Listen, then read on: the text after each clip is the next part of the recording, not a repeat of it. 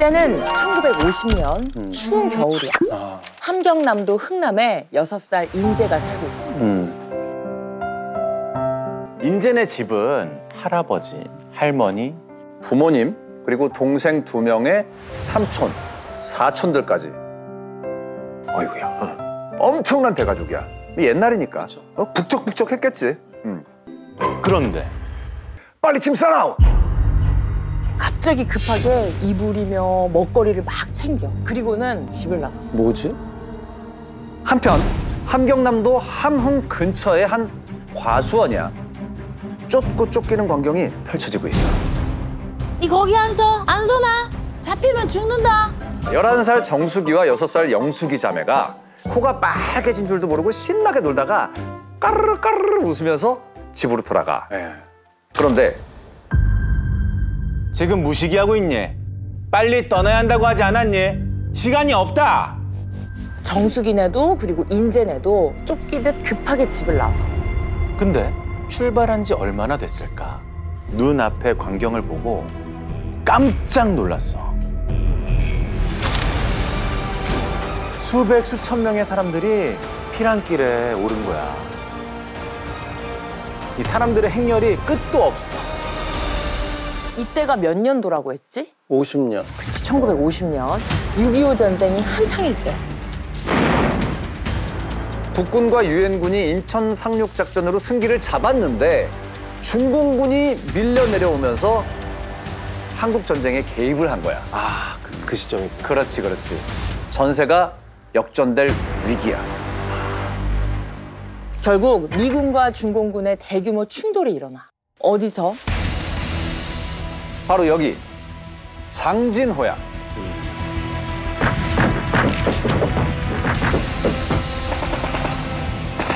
이 전투는 미국과 중국의 자존심 대결이었어. 미군은 용맹함의 상징 제1해병사단이 나서 당시 미군의 병력은 총 3만 명, 중공군은 총 12만 명이었어. 1대 4로 싸운다고 생각해봐. 그치. 아무리 쌈자려도 쉽지 않다. 그쵸. 결국 유엔군 사령관 메가더 장군은 이런 명령을 내려. 전군 철수한다. 작전상 후퇴를 할 수밖에 없는 상황이야. 그런데 아주 큰 문제가 생겨. 무슨 문제였을까? 길이 없는 건가? 도주로를 끊었나? 육로가 끊겼어. 중공군이 인원이 너무 많으니까 사방이 중공군이야. 퇴로가 없어. 그러면 어디로 가야 될까? 바다로. 맞아. 흥남부두를 통해서 바다로 가야 돼. 이렇게 한치 앞을 알 수 없는 흥남철수작전의 흥남철수작전의 그날이 시작된 거야. 이 흥남에 모인 사람들이 무려 20만 명이었어. 와, 난 지금 한 5, 6만 정도 생각했거든. 5, 6만? 한 10만 안짝이겠지. 이렇게 20만이었어. 20만. 와. 그럼 이 사람들 전부 탈출할 수 있을까? 그러기엔 사실 뭐 배가 그렇게 넉넉하지는 않았겠지. 해야죠. 해야만 하지. 했으면 좋겠지. 하지만 할 수 있을지는 미지수야. 확실한 건 아무것도 없어. 그런데 이런 피난민들을 유심히 보는 한 사람이 있어. 이름은 현봉학. 세브란스 의전을 졸업하고 미국 유학까지 한 의사야. 이 당시에 엘리트시구나. 그치. 그런 현 박사에게 고민이 하나 있어. 이 미군이 이 많은 피난민들을 다 태워줄까? 배를 못하면 이 수많은 사람들 이거 전부 떼죽음인데. 결국 불가능한 도전을 하기로 해. 흥남철수 작전을 책임지는 미 10군단의 군단장인 에드워드 알몬드 장군을 설득하자. 이 장군이 무려 투스타야. 이런 분께서 이 일개 민간인을 쉽게 만나줄까? 그쵸. 안 만나겠죠. 그치, 이런 전쟁통에. 그래서 현 박사는 다른 사람을 먼저 찾아가. 이름은 에드워드 포니 대령. 이 포니 대령은 해상 작전의 상륙, 이륙 전문가야. 이런 분한테 현 박사가 도움을 청했어. 피라민드를 데려가 달라. 배에 태워달라. 뭐 어려운 일이긴 하지만 해봅시다. 오. 멋있다. 두 사람은 알몬드 장군을 찾아갔어. 우리가 구출하지 않으면 공산당에게 모두 죽임을 당할 겁니다. 장군님, 우리가 한국에 온 이유가 무엇이었습니까? 이 사람들 버리고 갈 수는 없습니다. 야, 멋지다. 자, 그럼 알몬드 장군의 대답은 뭐였을까? 장군님이 이렇게 대답했어. 현 박사, 포니 대령, 무슨 말인지 알겠소. 나도 동의합니다. 동의한다고요? 하지만 현재로선 우리 군대조차 안전하게 탈출할 수 있을지 확신할 수 없습니다. 쉽지 않은 상황이야. 사실 미군이 피란민 구출을 주저하는 데엔 다 이유가 있었어. 왜요? 그때에 피난민 가운데에 이 민군 스파이들이 많이 섞여 있다 하는 소문이 있었고 실제 그랬어요. 그럴 수도 있겠다. 전쟁 중이니까. 너무나도 그럴 수 있지. 그러니까 미군 입장에서는 쉽게 결정을 할 수가 없는 거지. 그렇네. 그리고 더 큰 문제는 피난민을 탈출시킬 배가 부족하다는 거야. 철수해야 하는 군인들만 10만 명이야. 아까 피난민들이 총 몇만 명이라고 했지? 20만 명. 20만 명. 30만 명. 맞아. 총 30만 명이잖아. 자, 중공군은 이제 흥남부두에서 16km밖에 떨어지지 않은 함흥까지 왔어. 16km면 사실 그렇게 멀지 않아. 그쵸. 점점 이 피란민들과의 거리가 좁혀지고 있어. 피란민들 뒤엔 턱 밑까지 진격해온 중공군이 그리고 앞은 깊은 바다가 가로막고 있어. 그런데 흥남부두의 분위기가 갑자기 달라져. 군인들의 움직임이 심상치가 않아.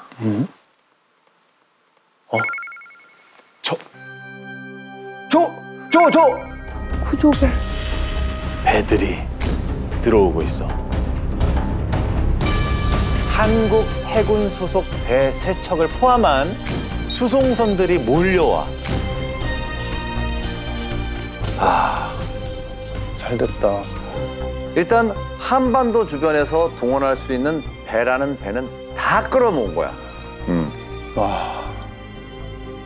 드디어 지상 최대 규모의 구출 작전이 시작돼. 최대한 많이 빠른 시간 안에 배에 타야 돼. 하지만 여전히 배는 충분하지 않아. 그치. 근데 우리에겐 누가 있다? 상이륙 전문가. 포니? 그래. 선적 작업의 권위자 바로 에드워드 포니 대령이 있어. 실는 거 전문가야. 군인과 민간인 30만 명을 태우기 위해서 포니 대령은 치밀한 작전을 세웠어. 일단 배에 군수 물자들을 먼저 실어. 그리고 그 사이사이에 사람들을 태워. 군용차 안, 군수품 위. 또 장갑차 밑 틈 하나도 놓칠 수 없어. 테트리스 수준이야 지금.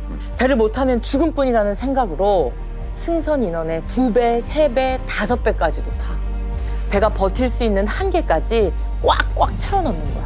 그래도 안 되니까 엄청난 결정을 내려. 무슨 결정이었을까? 미군이 군수 물자 일부를 포기했어.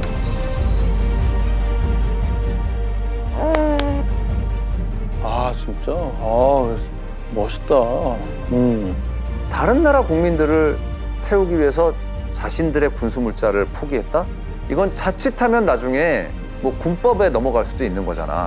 그렇지? 하지만 그런데도 모자라. 아직도 사람들이 너무 많이 남아있어. 지금 중공군이 코앞까지 왔다는데 이거 우리 차례가 오기는 할까? 아이고, 어떻게 배 어떻게. 12월 흥남부두엔 칼날 같은 겨울바람이 불고 있어. 자, 1950년 12월 20일 포탄 소리 가득한 흥남 외항에 메러디스 빅토리오가 도착해. 미군 몇 명이 배에 오르더니 라로 선장에게 이런 말을 해. 선장님은 군인들을 태우고 흥남항을 빠져나가도 됩니다. 그런데 많은 북한 민간인들이 자리를 떠나지 않고 있습니다. 혹시 피라민들을 태울 수 있겠습니까? 자, 선장은 일말의 망설임 없이 대답했어. 저 피라민들 우리가 구출하겠습니다. 될 수 있는 한 최대한 많이 태우겠습니다. 선장도 아무나 하는 거 아니야. 그렇지. 상선이고 굳이 어떤 이러지 않아도 되는 거잖아. 근데 그런 선택을 한다는 게 사실 쉬운 일은 아니지. 목숨 걸고 하는 결정이지. 자, 12월 22일 밤 9시 30분 드디어 승선을 시작해.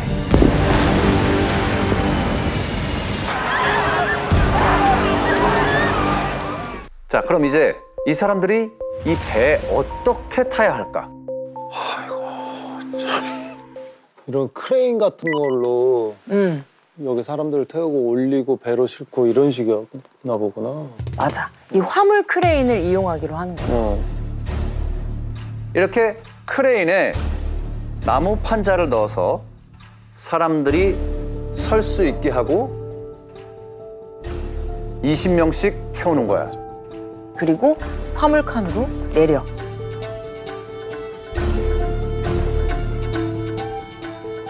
야, 큰 칸이 더 있으면 좋을 것 같은데.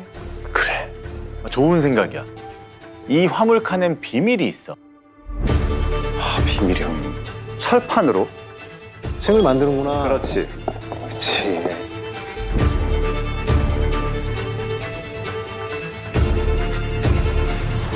훨씬 많은 사람을 태울 수 있겠지.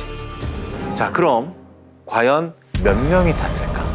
와, 근데 이 정도 꽉꽉 채웠다고 하더라도 10,000명까지 힘들지 않았을까? 아무래도. 자, 과연 몇 명을 태웠을지 직접 보여줄게.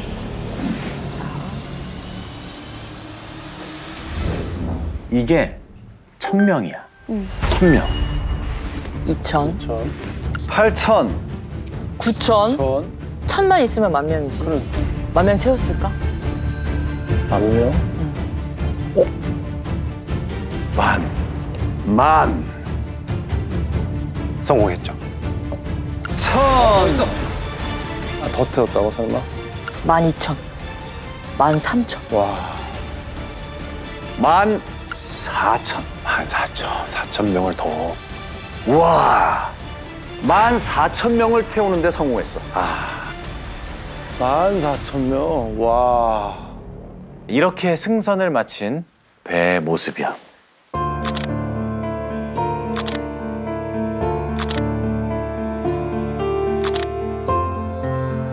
불가능한 일이라고 생각했는데 사람들의 간절한 희망으로 이렇게 기적이 만들어진 거야. 아무 일 없이 무사히 도착할 수 있을까? 그럼 아무도 장담 못하죠.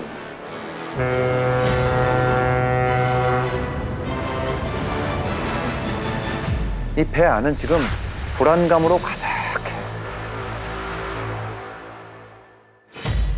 바로 그때 갑자기 피란민들 사이에서 소란이 일어나. 갑판 쪽에서 여자 비명 소리가 들려. 무슨 일이 있었을까? 혹시 전혀 모르겠네. 그렇지, 짐작이 안 가지. 네. 정말 상상도 못했던 일이 일어났어.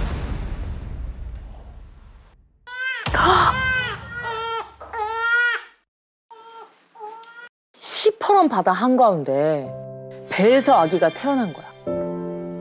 엄마 배이기도 하지만 진짜 배에서. 야, 얼마나 급박했겠어. 근데 이게 여기서 끝이 아니야. 이 난리 속에서 무려 5명의 아기가 태어났어. 야, 축복이다, 축복. 1950년 12월 25일 크리스마스. 메로디스 빅토리오에서 태어난 이 아기들. 우리 꼬꼬무에서 직접 만나봤어. 자기소개 부탁드립니다.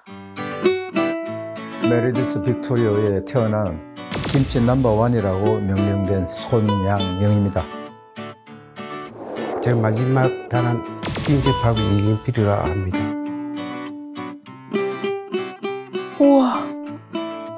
크리스마스 기프트 미러클 베이비라고, 그래서 이걸 뭐 닉네임을 하나씩 지어줘야 되겠다. 그래서 한국을 가장 뭐 이렇게 상징하는 김치 이거대로 이렇게 지었다고 그래요. 너무 귀엽다. 또 애가 태어나니까 이제도 둘 싸가지고 공간에 확보를 해준 거더라고요. 뭐 사랑의 기적이라 봐야죠. 자, 이 크리스마스의 기적은 14,000명의 이 피난민들에게도 이어졌어.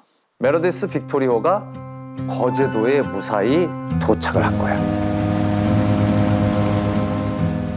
흥남부두에서 나온 피난민들 모두 얼마나 될까? 무려 10만 명이야. 야, 그래도 많이 왔다. 많이 왔지. 많이 왔다.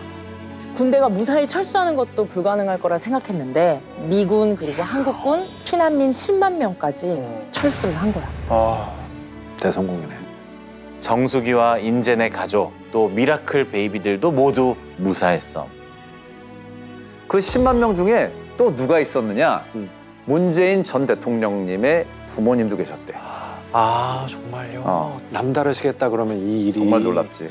그때 메로디스 빅토리호에 오른 피난민 중에 저의 부모님도 계셨습니다. 그리고 메로디스 빅토리오는 가장 많은 인명을 구조한 단일 선박으로 기네스북에 올랐어. 화물선 빅토리오가 인류 역사상 가장 위대한 해상 구조로 기네스북에 올랐습니다. 정말 하늘이 도운 철수 작전이었어. 그런데 이 모든 게 다 천운이고 기적이었을까? 아니야. 흥남 철수 작전 성공 뒤엔 큰 희생들이 있었어. 용맹함의 상징, 최정예 미 해병 1사단. 그 장진호 전투에서 굉장히 많은 피해를 입었잖아. 그래서 비행기를 타고 철수하라는 명을 받아. 근데 거절했대. 우린 후방의 적을 경멸하면서 가겠다.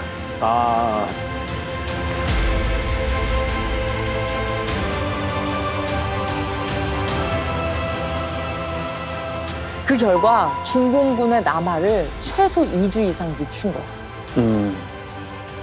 이 장진호 전투의 미군과 유엔군 사상자가 7천여 명이야. 그중엔 우리 카투사 장병들도 계셨어. 이분들의 희생 잊지 말아야겠지. 흥남 철수 작전 이후 73년 무엇보다도 가장 많이 바뀐 게 있어. 바로 대한민국. 대한민국이야. 도움을 받았던 나라에서 도움을 주는 나라로. 그렇지. 아프가니스탄에서 아프간 카불 공항에서 필사의 탈출이 이어지고 있습니다. 미군 수송기에 어떻게든 몸을 싣기 위해 아프간 주민들이 활주로를 내달립니다. 매달려 있던 비행기에서 추락하는 사람들의 참혹한 모습이 카메라에 포착됐습니다.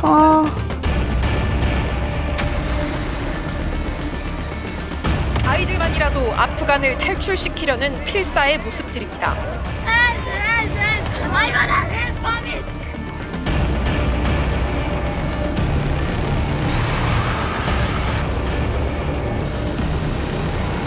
빅토리오가 생각나네요.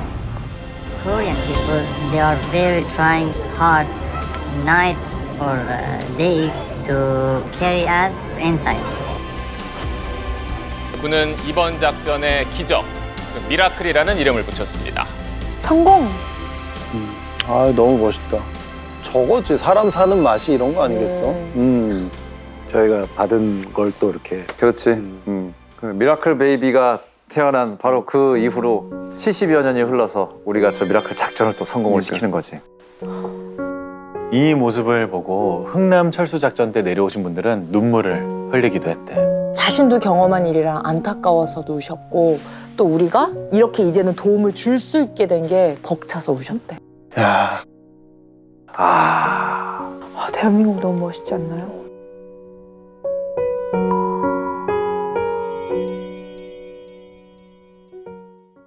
아시아 최초 스피드 스케이팅 메달리스트 국민체육영 한필화. 근데 경기는 뒷전이야. 제 동생이 틀림없어요. 필화가 내 동생이다. 전 세계가 주목했던 역사적인 만남이야. 이거 드라마네. 근데 새로운 특종이 터져. 새로운 오빠 나타나? 엥? 내가 진짜 오빠다. 이 사람 누구예요? 전대미문의 동생 쟁탈전이 벌어진 거야. 한필화는 내 동생이다. 형제 중에 남조선으로 내려간 사람은